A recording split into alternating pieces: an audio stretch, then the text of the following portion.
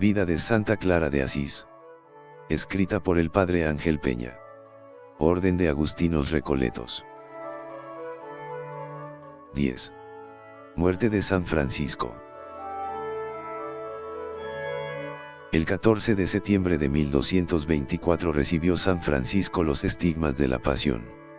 Entre otros sufrimientos estaba casi totalmente ciego. En 1225 fue a pasar 2 meses a San Damián, donde los hermanos dispusieron para él una especie de celda de caña y esteras. Allí, atormentado por la fiebre e incapaz de soportar la luz del día, compuso el Cántico de las Criaturas. Las hermanas estaban tristes por los sufrimientos de Francisco y él compuso para ellas un cántico sencillo, en 6 versos, con sus temas favoritos de austeridad, pobreza, limosna y la alegría del reino, donde cada una será coronada como una reina. Este cántico se llama Audite Poverelle, dal Signor Vocate, escuchad, pobrecillas, llamadas por el Señor. Francisco muere el 3 de octubre de 1226. Clara vivirá todavía 27 años más, sufriendo especialmente de dolores reumáticos. Según nos dice Tomás de Celano en su vida primera, habían ya transcurrido 20 años desde su conversión. Estando reunidos todos los hermanos de los que él era padre y guía y, aguardando todos reverentes el feliz desenlace y la consumación dichosa de la vida del santo, se desprendió de la carne aquella alma santísima, y sumergida en un abismo de luz, el cuerpo se durmió en el Señor. Uno de los hermanos y discípulos, que aún vive entre nosotros, vio cómo el alma del Santísimo Padre subía derecha al cielo. Era como una estrella, parecida en tamaño a la luna, fulgida como el sol, llevada en una blanca nubecilla. Era el día 3 de octubre del año 1226. Los hermanos e hijos, que habían acudido con multitud de gente de las ciudades vecinas, pasaron aquella noche del tránsito del Santo Padre en divinas alabanzas. Llegada la mañana, se reunió una muchedumbre de la ciudad de Asís con todo el clero y, levantando el sagrado cuerpo del lugar donde había muerto, entre himnos y cánticos, al son de trompetas, lo trasladaron con todo honor a la ciudad. Los hijos llevaban a su padre y la grey seguía al pastor. Cuando llegaron al lugar donde por primera vez se había establecido la religión y orden de las vírgenes y señoras pobres, lo colocaron en la iglesia de San Damián, morada de las mencionadas hijas, que él había conquistado para el Señor. Abrieron la pequeña ventana a través de la cual, determinados días, suelen las siervas de Cristo recibir el sacramento del cuerpo del Señor. Descubrieron el arca, que encerraba aquel tesoro de celestiales virtudes, el arca en que era llevado, entre pocos, quien arrastraba multitudes. La señora Clara, en verdad clara por la santidad de sus méritos, primera madre de todas las otras, porque fue la primera planta de esta santa orden, se acercó con las demás hijas a contemplar al Padre, que ya no les hablaba y que, habiendo emprendido otras rutas, no retornaría a ellas. Dominadas por sentimientos de tristeza y alegría, besaban aquellas manos. Retirado el cuerpo, se cerró para ellas aquella puerta, que no volvería a abrirse, para dolor semejante. 11. Privilegio de la pobreza. Clara se entrega al Señor definitivamente en la noche del Domingo de Ramos de 1212. Pronto se le reúnen varias amigas y forma en el convento de San Damián una comunidad religiosa. San Francisco escribe para ellas unas normas de vida o forma de vida ese mismo año 1212 o el siguiente. Hablando de esto, escribe Clara en su testamento: Francisco nos dio por escrito una forma de vida, en la cual sobre todo nos encarecía que perseverásemos siempre en la santa pobreza. Y no se contentó con habernos exhortado durante su vida de muchas maneras, con su palabra y con su ejemplo, al amor y a la observancia de la santísima pobreza, sino que, además, nos dejó muchos escritos con el fin de que, después de su muerte, en manera alguna nos separásemos de ella. El año 1215 Clara, con 21 años, acepta el cargo de abadesa por imposición de Francisco. Este mismo año de 1215 sucedieron cosas imprevistas. Tuvo lugar el cuarto concilio de Letrán y se publicó un decreto conciliar, número 13, en el cual se prohibía la fundación de nuevas órdenes religiosas sin tener una regla de las ya aprobadas. Dice el concilio: para que la excesiva variedad de las religiones, congregaciones religiosas, no induzca a confusión grave en la Iglesia de Dios, prohibimos firmemente que en adelante se funden nuevas religiones. Quien quisiera abrazar una religión, asuma una de las aprobadas. Igualmente, quien quisiera fundar una nueva casa religiosa, asuma la regla y la institución entre las religiones ya aprobadas. Ante esta situación, Clara escoge para sus monjas la regla de San Benito. Ahora bien, en la regla de San Benito se considera que las comunidades pueden adquirir bienes muebles e inmuebles y ser propietarias de ellos, lo que iba en contra del espíritu de total desprendimiento que estaban viviendo, de acuerdo a la forma de vida de San Francisco y a su deseo de vivir plenamente la santa pobreza. Entonces, Clara decide apelar al Papa y pedirle el privilegio de la pobreza, es decir, poder mantener su situación de vivir permanentemente en pobreza total sin posesiones de ninguna clase. Esto, evidentemente, planteaba una situación difícil. ¿De qué vivirían las religiosas? De sus trabajos, de donaciones, de mendigar por pueblos y ciudades. ¿Quién iría a pedir por ellas? Seguramente que el Papa, antes de concederles este privilegio, hablaría con los frailes franciscanos para que se comprometieran a atenderlas material y espiritualmente, ya que tenían a su disposición 2 padres capellanes, un confesor y 2 frailes que iban a pedir limosnas para ellas. El Papa Inocencio III, el año 1216, les concede este privilegio de pobreza y les escribe, anhelando vivir consagradas para solo el Señor, abdicasteis de todo deseo de bienes temporales, por esta razón, habiéndolo vendido todo y distribuido a los pobres, os aprestáis a no tener posesión alguna en absoluto. En cuanto al sustento y lo mismo en cuanto al vestido, aquel que da de comer a las aves del cielo y viste a los lirios del campo, no os ha de faltar hasta el día en que en la eternidad él mismo se os dé.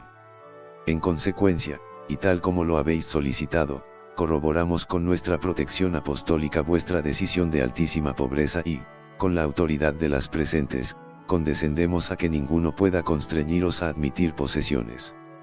Decidimos, por consiguiente, que a nadie en absoluto sea lícito perturbar temerariamente o molestar con cualquier tipo de vejación ni a vosotras ni a vuestra Iglesia. Por tanto, si en el futuro alguien, eclesiástico o seglar, conociendo esta página de nuestra confirmación y constitución, intentase contravenirla temerariamente, y si, amonestado por 2 o 3 veces, no reparase su culpa con una conveniente satisfacción, sea privado de la dignidad de su poder y de su honor y sepa que es reo del juicio divino por la iniquidad perpetrada, y sea apartado del sacratísimo cuerpo y sangre de nuestro Redentor Jesucristo, y en el juicio final sea severamente sometido a castigo. Realmente el Papa puso toda su fuerza y obligatoriedad para que todos respetaran este derecho a vivir en pobreza absoluta de las damianitas, según el espíritu recibido de San Francisco. Ese mismo año 1216 es elegido Papa Honorio III. El 27 de agosto de 1218 el Papa Honorio III escribe una carta al cardenal Ugolino, obispo de Ostia, que era el delegado pontificio en Toscana y Lombardía, hablándole de los nuevos monasterios inspirados en el ideal de pobreza del de San Damián. El pontífice les concede la exención de la autoridad de los obispos y la protección directa de la Santa Sede, que asume la propiedad de lo que tienen. El Papa le pide al cardenal que redacte unas normas de vida para todos los conventos que surgían a imitación de San Damián. Así surgen en 1219 estas normas llamadas Constituciones Ugolinianas o Regla de Ugolino, que eran un complemento de la regla de San Benito, que era la regla oficial. Parece que Clara no vio problema en las constituciones ugolinianas, pues la mentalidad del Papa Honorio III era que los nuevos conventos de damianitas no tuvieran más posesiones que la iglesia y el convento, según un breve del mismo Papa del 16 de agosto de 1226. Este mismo año 1226, poco antes de morir, Francisco escribe a Clara su última voluntad, en la que le insiste en vivir siempre en la santísima pobreza. Ahora bien, el cardenal Ugolino es elegido papa en 1227 con el nombre de Gregorio IX y trata de imponer a todos los conventos, incluso de damianitas, el poder tener posesiones materiales para vivir. En la leyenda de Santa Clara se dice, el papa, Gregorio IX, al intentar convencerla, a Clara, a que se aviniese a tener algunas posesiones que él mismo le ofrecía con liberalidad, en previsión de eventuales circunstancias y de los peligros de los tiempos, Clara se le resistió con ánimo esforzadísimo y de ningún modo accedió. Y, Cuando el pontífice le responde, si temes por el voto, nos te desligamos del voto, ella le dice, Santísimo Padre, a ningún precio deseo ser dispensada del seguimiento indeclinable de Cristo. El hecho era que en ese tiempo, 1227 y 1228, la situación con los frailes se había vuelto un poco difícil, porque algunos no querían seguir con la carga material de tener frailes limosneros exclusivamente para ellas y de atenderlas espiritualmente en todos los lugares, sobre todo, donde no había conventos de frailes. Entonces, el Papa Gregorio, al ver las dificultades prácticas, retira a los frailes la atención espiritual de las hermanas clarisas. Clara reacciona con fuerza, y responde que, si no hay alimento espiritual de los hermanos, tampoco quieren el alimento material. Es como una declaración de huelga de hambre. El Papa tuvo que ceder y remitió la solución al ministro general de los franciscanos, para que siguieran atendiéndolas material y espiritualmente. Pero Clara no se contenta con palabras y pide al Papa que renueve el privilegio de la pobreza, que le había otorgado Inocencio III. El Papa acepta y se lo concede el año 1228. El documento se conserva actualmente en el protomonasterio de Asís, y dice así, anhelando vivir consagradas para solo el Señor, abdicasteis de todo deseo de bienes temporales, por esta razón, habiéndolo vendido todo y distribuido a los pobres, os aprestáis a no tener posesión alguna en absoluto, siguiendo en todo las huellas de aquel que por nosotros se hizo pobre, camino, verdad y vida. De esta resolución, no os arredráis ni ante la penuria. En cuanto al sustento y lo mismo en cuanto al vestido, aquel que da de comer a las aves del cielo y viste a los lirios del campo, no os ha de faltar hasta el día que en la eternidad él mismo se os dé. En consecuencia, y tal como lo habéis solicitado, corroboramos con nuestra decisión apostólica vuestra decisión de altísima pobreza, y con la de las presentes condescendemos a que ninguno pueda constreñiros a admitir posesiones. A nadie sea lícito de ninguna manera quebrantar esta escritura de nuestro otorgamiento o contradecirla con osadía temeraria. Y, si alguien se aventurase a intentarlo, sepa que incurrirá en la indignación de Dios Todopoderoso y de sus bienaventurados apóstoles Pedro y Pablo. A 18 de septiembre de 1228. En 1234, Inés de Praga quería vivir en todo al igual que en San Damián. Para ello acepta las constituciones ugolinianas y pide al Papa el privilegio de la pobreza, pero el Papa le responde que ese privilegio no es una forma de vida aprobada y reconocida oficialmente por la Iglesia, sino para un caso particular. El Papa publica y confirma con su autoridad la regla o constituciones de Ugolino. Solo le concede a Inés el privilegio de pobreza, con una fórmula un poco diferente, el 15 de abril de 1238. Inés vuelve a insistir ante el Papa Inocencio IV, pero no acepta. Por otra parte, este Papa Inocencio IV publica en 1247 una regla para vincular a las clarisas a la primera orden de los franciscanos, como sucedía en la realidad. Esto lo había querido siempre San Francisco al darles su forma de vida: quiero y prometo dispensaros siempre por mí mismo y por medio de mis hermanos, y como a ellos, un amoroso cuidado y una especial solicitud. En 1247, por primera vez, llegan a ser oficialmente lo que siempre habían querido ser y lo eran de hecho, de obediencia franciscana, eliminando definitivamente la regla de San Benito en la fórmula de profesión. En esta forma de vida de Inocencio IV se dice: os concedemos a vosotras y a cuantos han de sucederos, que profeséis la regla del bienaventurado Francisco por lo que respecta tan solo a los 3 votos, es decir, obediencia, renuncia de la propiedad particular y castidad perpetua. Pero os sea lícito recibir, tener en común y retener libremente, rentas y posesiones. El Papa Inocencio IV, a la vez que vincula a las clarisas a la orden de frailes menores, les impone la obligación de aceptar propiedades para sustentarse. Esto no se refería al convento de San Damián, que estaba exento por el privilegio de pobreza, pero afectaba a todos los demás conventos de clarisas. Entonces, Clara, mujer valiente, toma la decisión de escribir ella misma una nueva regla, basada en las normas de vida recibidas de San Francisco y que pudieran servir para todos los conventos de clarisas o seguidoras del espíritu de San Damián. Esta regla es menos rígida y mecánica que las anteriores. Es más flexible y humana. Con frecuencia se apela al espíritu del Señor y a la iniciativa individual. Tiene un sentimiento profundo de comunión fraterna y de participación de todas en las preocupaciones y problemas del monasterio. Su nueva regla será un documento único, redactado por una mujer en la Edad Media y fue solemnemente aprobado por bula pontificia. Por primera vez en la historia, se tendrá una regla de vida para mujeres, escrita por una mujer. Para escribirla, tuvo presente la regla escrita por Francisco para sus frailes y aprobada por bula papal en 1223, pero también introduce algunas cosas de la regla de San Benito y de las constituciones ugolinianas y de la regla de Inocencio IV, y todo ello con la experiencia de 40 años de vida religiosa. En esta regla nos dice: Clara, sierva indigna de Cristo y plantita del benditísimo Padre Francisco, promete obediencia al Papa Inocencio y a sus sucesores, elegidos canónicamente, y a la Iglesia romana. Y así como al principio de su conversión, a una con sus hermanas, prometió obediencia al bienaventurado Francisco, de la misma manera promete a sus sucesores observar de modo inviolable idéntica obediencia. Y para que ni nosotras ni cuantas nos habrían de suceder nos separáramos jamás de la pobreza que abrazamos poco antes de su muerte, nos volvió a escribir su última voluntad diciendo: yo, el hermano Francisco, pequeñuelo, quiero seguir la vida y la pobreza de nuestro Altísimo Señor Jesucristo y de su Santísima Madre, y perseverar en ella hasta el fin, y os ruego, mis señoras, y os aconsejo que viváis siempre en esta santísima vida y pobreza. Y estad muy alerta para que de ninguna manera os apartéis jamás de ella por la enseñanza o consejo de quien sea.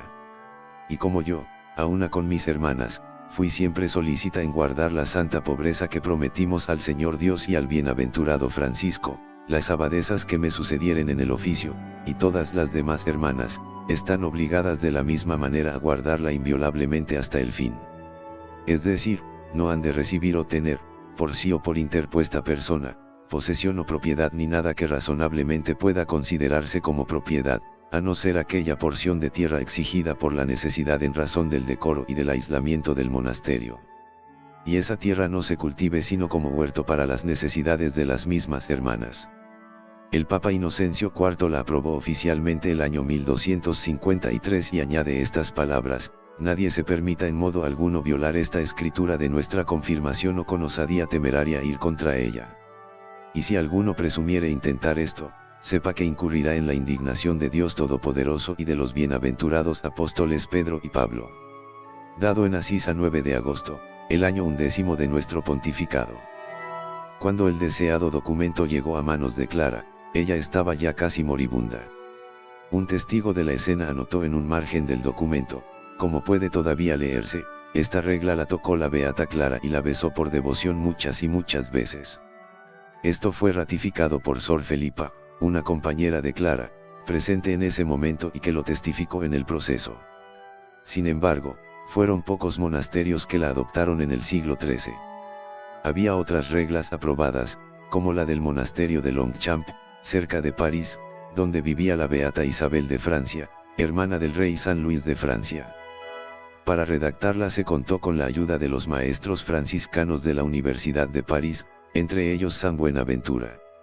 Según esta regla podían tener posesiones y rentas perpetuas. Fue aprobada por el Papa Alejandro IV y la adoptaron muchos monasterios de Francia, Inglaterra y de Italia. En este documento, en vez de llamarse hermanas pobres, como llama Santa Clara a sus monjas, se las llama hermanas menores encerradas, pues ponen hincapié en la clausura. Otra regla importante fue la del Papa Urbano IV, que fue promulgada por este Papa el 18 de octubre de 1263. Y obtuvo el seguimiento de muchos monasterios, unificando la disciplina interior de los monasterios. Algo interesante de anotar es que designa a todos los conventos como Orden de Santa Clara, denominación que había prevalecido después de la canonización de Santa Clara en 1255. En esta regla de Urbano IV se establecía como medio normal de subsistencia las posesiones y las rentas. Por supuesto que algunas comunidades se opusieron a esto por querer seguir estrictamente a Santa Clara.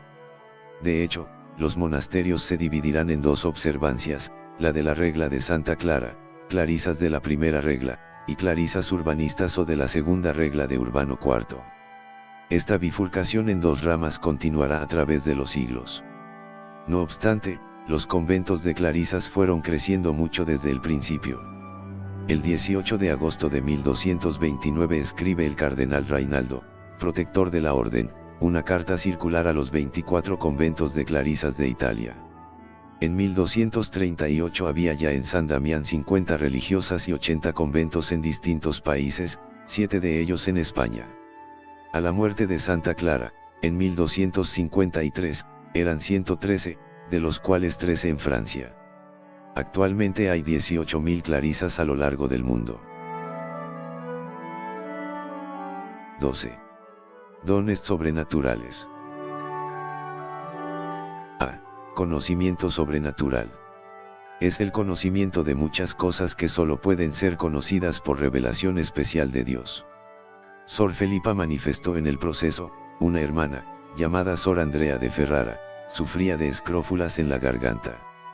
Una noche, estando Sor Andrea en el dormitorio, de tal modo y tan fuerte se apretó la garganta con sus manos que perdió el habla. Y esto lo conoció la Santa Madre por revelación. Llamó inmediatamente a esta testigo, que dormía a su lado, y le dijo: baja al dormitorio, porque Sor Andrea está gravemente enferma, prepara un nuevo pasado por agua y dáselo a beber y, cuando haya recuperado el habla, tráemela. Y así se hizo. Y esto se divulgó entre las hermanas. Sor Cecilia manifestó que Madonna Clara tenía espíritu de profecía. Un día San Francisco envió a 5 mujeres para que las recibiesen en el monasterio. Santa Clara se levantó y recibió solo a 4, pues no quería recibir a la quinta, porque no había de perseverar en el monasterio más de 3 años. Con todo, y ante la importunidad, la aceptó, y la dicha mujer estuvo en el monasterio apenas medio año. En alguna oportunidad, conocía si alguna hermana tenía alguna tentación o tribulación especial, y la llamaba en secreto y la consolaba. Y, si alguna persona mundana había hecho algo contra Dios, ella, maravillosamente, lloraba y exhortaba a tal persona y le predicaba con solicitud que tornase a la penitencia. B. Estasis. Con frecuencia, estando en oración, se quedaba inmóvil, totalmente absorbida en Dios. Un año, el día de Jueves Santo hacia el anochecer, cuando se acercaba la agonía del Señor, Clara, acongojada y triste, se encerró en lo secreto de la celda. Durante toda aquella noche y el día siguiente permaneció abstraída, de tal modo que, con la mirada ausente, clavada siempre en su visión única, parecía concrucificada con Cristo, totalmente insensible. Volvía repetidas veces donde ella una hija familiar, por ver si acaso necesitaba alguna cosa, y la encontraba siempre en la misma actitud. Llegada la noche del sábado, la devota hija enciende una candela y, con una seña, no con palabras, trae a la memoria de la madre el mandamiento de San Francisco. Porque es de saber que le había mandado el santo que no dejara pasar un solo día sin comer. Estando aquella delante, Clara, cual si volviese de otro mundo, profirió esta frase: ¿qué necesidad hay de luz? Es que no es de día. Madre, repuso la otra, se fue la noche y se pasó un día y volvió otra noche. Clara le responde: bendito sea este sueño, hija carísima, porque lo que tanto he ansiado me ha sido concedido. Pero guárdate de contar a nadie este sueño mientras yo esté con vida. En las florecillas de San Francisco se narra un hecho extraordinario de éxtasis comunitario. Clara deseaba comer una vez con el bienaventurado Francisco. Por insistencia de sus hermanos, él accedió. El día convenido salió Santa Clara del monasterio con una compañera y, escoltada de los compañeros de San Francisco, se encaminó a Santa María de los Ángeles. Saludó devotamente a la Virgen María en aquel mismo altar ante el cual le había sido cortado el cabello y había recibido el velo, y luego la llevaron a ver el convento hasta que llegó la hora de comer. Entretanto, San Francisco hizo preparar la mesa sobre el suelo, como era en el costumbre. Y, llegada la hora de comer, se sentaron a la mesa juntos San Francisco y Santa Clara, y uno de los compañeros de San Francisco al lado de la compañera de Santa Clara, y después se acercaron humildemente a la mesa todos los demás compañeros. Como primera vianda, San Francisco comenzó a hablar de Dios con tal suavidad, con tal elevación y tan maravillosamente, que, viniendo sobre ellos la abundancia de la divina gracia, todos quedaron arrebatados en Dios. Y, estando así arrobados, elevados los ojos y las manos al cielo, las gentes de Asís y de Betoune y las de todo el contorno vieron que Santa María de los Ángeles, y todo el convento y el bosque que había entonces al lado del convento, ardían violentamente, como si fueran pasto de las llamas la iglesia, el convento y el bosque al mismo tiempo, por lo que los habitantes de Asís bajaron a todo correr para apagar el fuego, persuadidos de que todo estaba ardiendo. Al llegar y ver que no había tal fuego, entraron al interior y encontraron a San Francisco con Santa Clara y con todos los compañeros arrebatados en Dios por la fuerza de la contemplación, sentados en torno a aquella humilde mesa.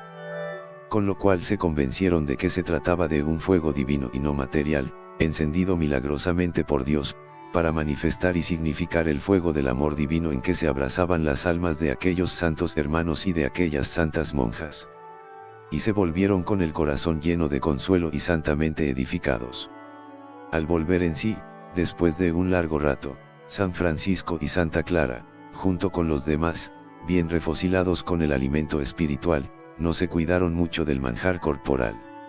Y, terminado que hubieron la bendita refección, comida, Santa Clara volvió bien acompañada a San Damián. C. Donde hacer milagros. Dios le concedió la gracia de hacer milagros, simplemente orando o haciendo la señal de la cruz. Veamos algunos ejemplos. Sor Amada, sobrina carnal de Clara, declaró: un niño de Perusa tenía en un ojo una nube que se lo cubría por completo. Y por eso fue llevado a Santa Clara, la cual le tocó el ojo y luego le hizo la señal de la cruz. Y dijo enseguida: llevadlo a mi madre Sor Hortulana, que estaba en el mismo monasterio de San Damián, y que haga sobre él la señal de la cruz. Hecho esto, el niño quedó curado. Por lo que Santa Clara decía que lo había curado su madre. Y, por el contrario, la madre decía que lo había curado su hija Madonna Clara. Y así cada una atribuía esta gracia a la otra. También Sor Amada certificó que, estando ella misma gravemente enferma de hidropesía, fiebre y tos y con un dolor en un costado, Santa Clara le hizo con su mano la señal de la cruz e inmediatamente la curó. Había estado enferma 13 meses y, después no padeció ya más de aquella enfermedad. La misma Sor Amada atestiguó que Sor Cecilia padecía una tos grave, que le atacaba cuando comenzaba a comer, de tal modo que parecía que iba a ahogarse. Un viernes, la dicha Santa Madre le dio a comer un poco de pan de hogaza y ella lo tomó con mucho miedo, pero al cabo lo comió por ser mandato de la Santa Madre y después no sintió más aquel padecimiento. Sor Bienvenida manifestó que ella había sufrido unas llagas bajo el brazo y en el pecho, llamadas fístulas, en las que se colocaban 5 tapones, pues tenía 5 cabezas, y que había soportado esta enfermedad por espacio de 12 años. Una noche se llegó a la Madre Santa Clara, llorando y pidiéndole auxilio. Y entonces, la bondadosa Madre, conmovida, con su acostumbrada piedad, se levantó de su lecho y, arrodillándose, oró al Señor. Y, cuando terminó su oración, se volvió hacia la testigo, hizo la señal de la cruz, primero sobre sí misma y luego sobre la testigo, rezó el Padre Nuestro y le tocó las llagas con su mano descubierta. Y así quedó curada de unas llagas que parecían incurables. Y nunca más sufrió de aquella enfermedad. Y añade: habiendo enfermado de locura un fraile de la Orden de los Hermanos Menores, llamado Fray Esteban, San Francisco lo mandó al monasterio de San Damián para que Santa Clara hiciese sobre él la señal de la cruz. Hecho esto, el fraile quedó adormecido un poco de tiempo en el lugar donde la Santa Madre solía hacer oración, y, luego que despertó, tomó algún alimento y se marchó curado. La misma Sor Bienvenida dice: a un niño de la ciudad de Spoleto, llamado Maciolo, de 3 o 4 años de edad, se le introdujo una piedrecita en una de las fosas nasales, de forma que de ninguna manera se la podían extraer, y el niño parecía estar en peligro.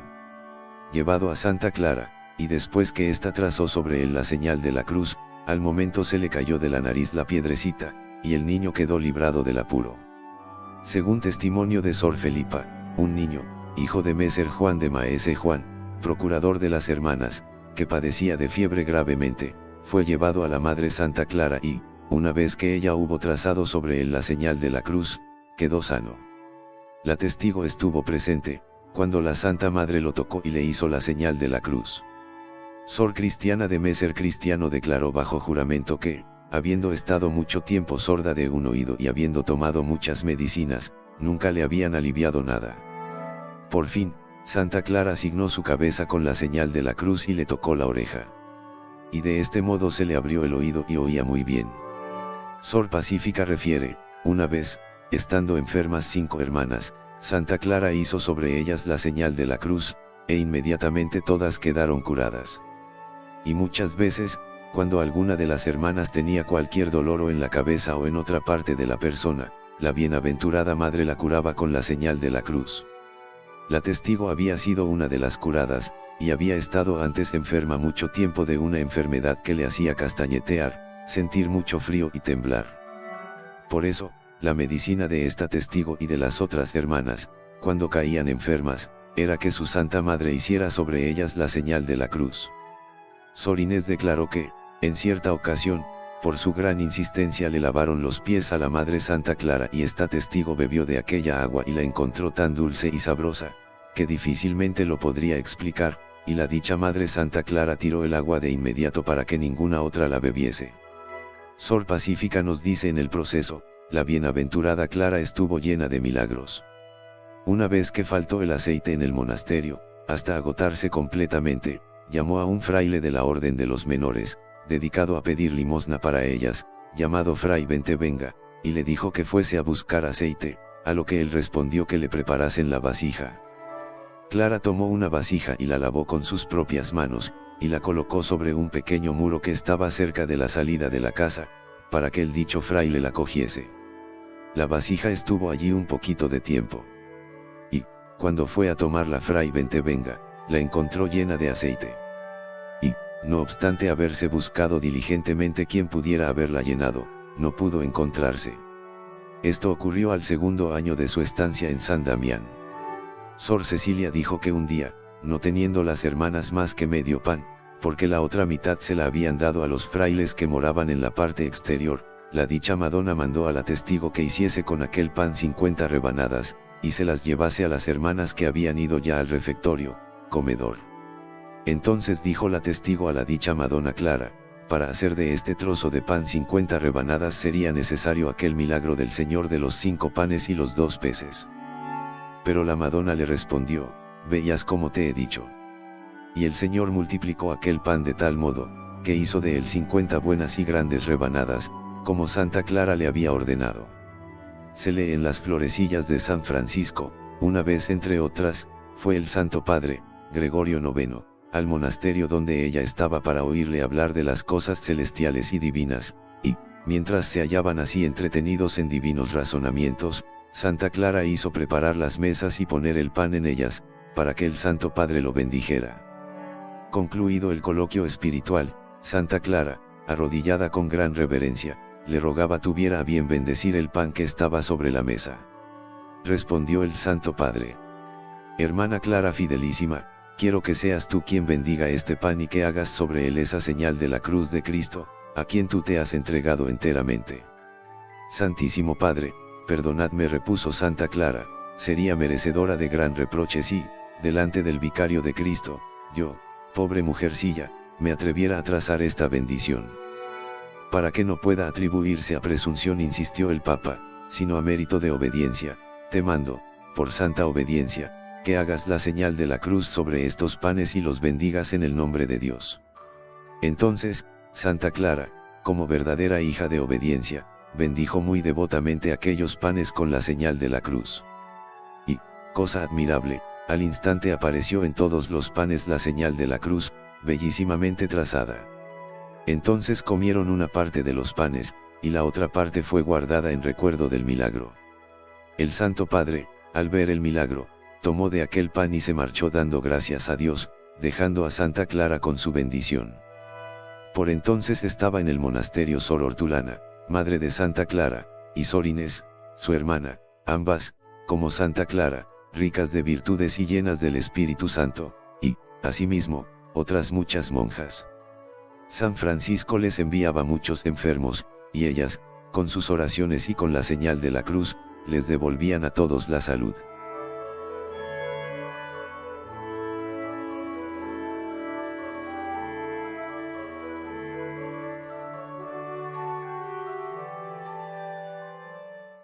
Asuma la regla y la institución entre las religiones ya aprobadas.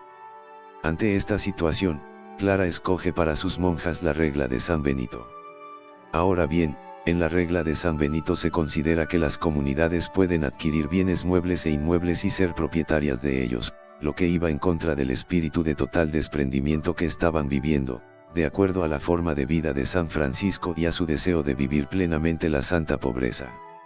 Entonces, Clara decide apelar al Papa y pedirle el privilegio de la pobreza, es decir, poder mantener su situación de vivir permanentemente en pobreza total sin posesiones de ninguna clase. Esto, evidentemente, planteaba una situación difícil. ¿De qué vivirían las religiosas? De sus trabajos, de donaciones, de mendigar por pueblos y ciudades. ¿Quién iría a pedir por ellas? Seguramente que el Papa, antes de concederles este privilegio, hablaría con los frailes franciscanos para que se comprometieran a atenderlas material y espiritualmente, ya que tenían a su disposición 2 padres capellanes, un confesor y 2 frailes que iban a pedir limosnas para ellas. El Papa Inocencio III, el año 1216, les concede este privilegio de pobreza y les escribe, anhelando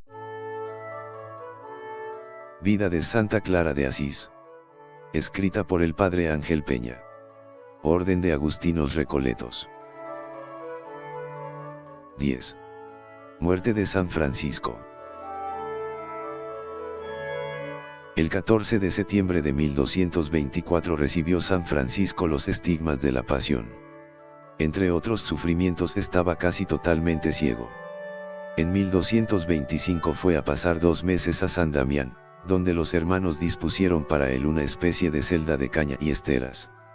Allí, atormentado por la fiebre e incapaz de soportar la luz del día, compuso el Cántico de las Criaturas. Las hermanas estaban tristes por los sufrimientos de Francisco y él compuso para ellas un cántico sencillo, en 6 versos, con sus temas favoritos de austeridad, pobreza, limosna y la alegría del reino, donde cada una será coronada como una reina.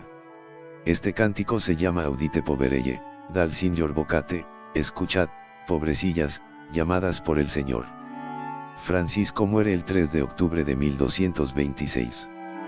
Clara vivirá todavía 27 años más, sufriendo especialmente de dolores reumáticos, de vida ese mismo año 1212 o el siguiente.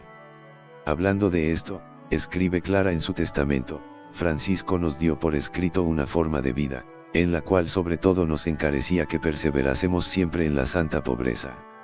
Y no se contentó con habernos exhortado durante su vida de muchas maneras, con su palabra y con su ejemplo, al amor y a la observancia de la santísima pobreza, sino que, además, nos dejó muchos escritos con el fin de que, después de su muerte, en manera alguna nos separásemos de ella. El año 1215 Clara, con 21 años, acepta el cargo de abadesa por imposición de Francisco. Este mismo año de 1215 sucedieron cosas imprevistas. Tuvo lugar el cuarto concilio de Letrán y se publicó un decreto conciliar, número 13, en el cual se prohibía la fundación de nuevas órdenes religiosas sin tener una regla de las ya aprobadas. Dice el concilio, para que la excesiva variedad de las religiones, congregaciones religiosas, no induzca a confusión grave en la Iglesia de Dios, prohibimos firmemente que en adelante se funden nuevas religiones. Quien quisiera abrazar una religión, asuma una de las aprobadas.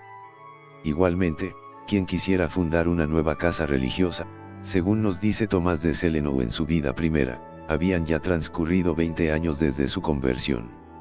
Estando reunidos todos los hermanos de los que él era padre y guía y, aguardando todos reverentes el feliz desenlace y la consumación dichosa de la vida del santo, se desprendió de la carne aquella alma santísima, y sumergida en un abismo de luz, el cuerpo se durmió en el Señor. Uno de los hermanos y discípulos, que aún vive entre nosotros, vio cómo el alma del Santísimo Padre subía derecha al cielo.